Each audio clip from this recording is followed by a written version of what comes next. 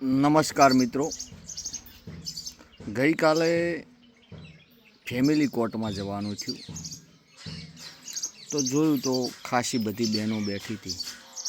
કોઈ સાથે પોતાનું બાળક પણ હતું, કોઈ સાથે બે બાળક પણ હતા. ખાસા બધા પુરુષો પણ એક હરોળમાં ઊભા હતા.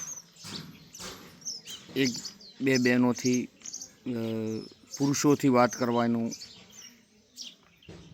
થયું મારે, અને બહેનોથી પણ થયું.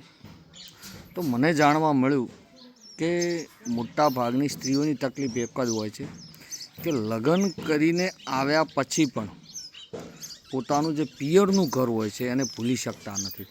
પિયરના લાડવો એ ભૂલી શકતા નથી, અને એ અપેક્ષાથી પોતાનું ઘર અહીંયા જે પતિના ઘર બગાડી દેતા હોય છે.